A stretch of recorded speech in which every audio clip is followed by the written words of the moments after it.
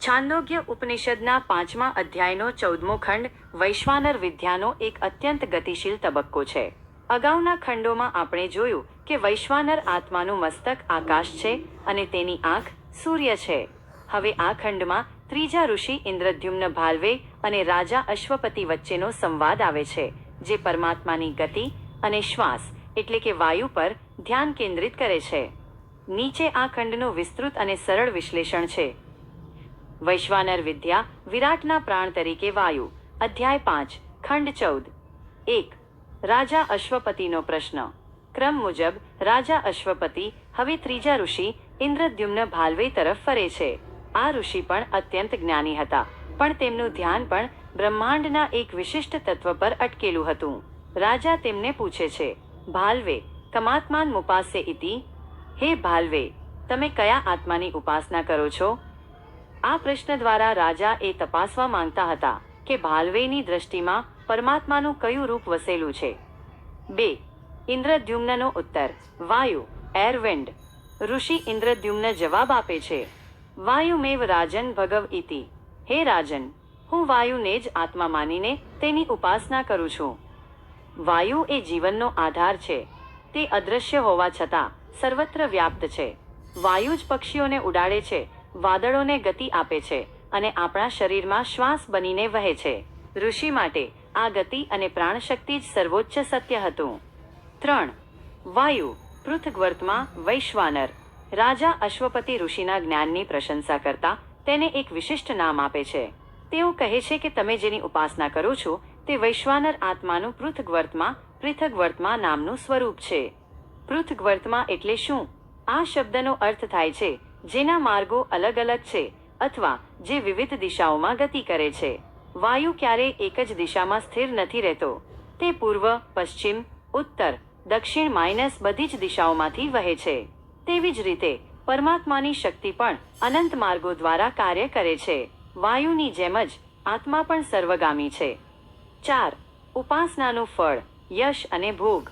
રાજા અશ્વપતિ જણાવે છે કે પૃથ્ગવર્તમાં વાયુની ઉપાસના કરવાને કારણે ઇન્દ્રદ્યુમ્નને નીચે મુજબની સફળતાઓ મળી છે. ચારે બાજુથી ભેટ, બલિ, તમારી પાસે સંપત્તિ અને ઉપહાર માત્ર એક જગ્યાએથી નહીં પણ વિવિધ માર્ગો અને દિશાઓમાંથી આવે છે. યશ અને કીર્તિ, તમારું નામ અને ખ્યાતિ ચારે કોર ફેલાયેલી છે. સમૃદ્ધિ, તમારા ઘરમાં રથ, ઘોડા અને ભૌતિક સુખ સુવિધાઓની રેલ મચેલ છે. બ્રહ્મ વર્ચસ, તમારા વંશમાં આધ્યાત્મિક તેજ જળવાયેલું રહે છે. ટૂંકમાં, જેની દ્રષ્ટિ વાયુ જેવી વ્યાપક હોય તેને જીવનમાં ક્યારેય સંકુચિતતા નડતી નથી. 5. રાજાની ગંભીર ચેતવણી. આ તો માત્ર પ્રાણ છે. બધી સિદ્ધિઓ ગણાવ્યા પછી રાજા અશ્વપતિ ફરીથી મૂળ વાત પર આવે છે. તેઓ ઋષિની મર્યાદા બતાવતા કહે છે, એશ તુ પ્રાણસ્ત્વેદાત્મનઃ પ્રાણસ્ત ઉદક્રમિષ્યદ્યન્મા નાગમિષ્ય ઇતિ.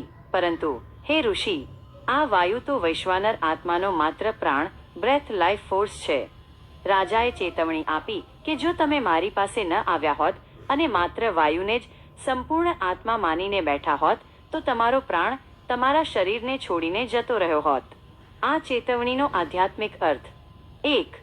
જીવન અને શ્વાસનો સંબંધ. શ્વાસ એ શરીરનો ભાગ છે, પણ તે પોતે શરીર નથી. જો તમે માત્ર શ્વાસ પર જ ધ્યાન આપો અને હૃદય કે મગજને ભૂલી જાઓ તો જીવન ટકી શકે નહીં. 2. અધૂરું સત્ય જોખમી છે. જ્યારે આપણે પ્રકૃતિના કોઈ એક બળ જેમ કે વાયુ કે ઉર્જાને જ ભગવાન માની લઈએ ત્યારે આપણે તે શક્તિના સ્ત્રોતને ભૂલી જઈએ છીએ. સાચું જ્ઞાન એ છે કે તમે વાયુમાં પરમાત્માનો શ્વાસ જુઓ, પણ એ પણ યાદ રાખો કે શ્વાસ લેનાર કોઈક બીજું વિરાટ પુરુષ છે. 6. વૈશ્વાનરના અંગોનો અત્યાર સુધીનો ક્રમ. આપણે અત્યાર સુધી 3 અંગો જોયા. 1. આકાશ, વૈશ્વાનરનું મસ્તક, ખંડ 12.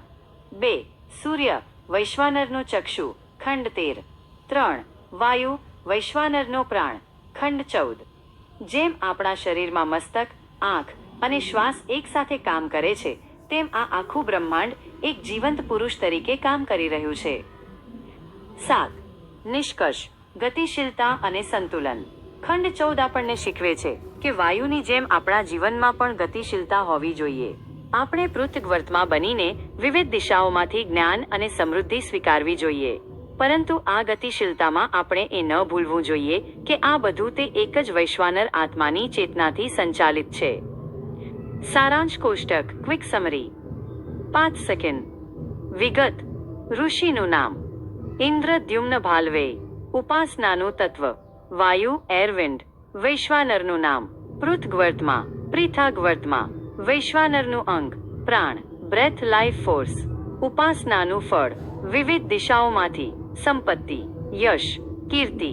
રાજાની ચેતવણી અધૂરું જ્ઞાન જીવન શક્તિ.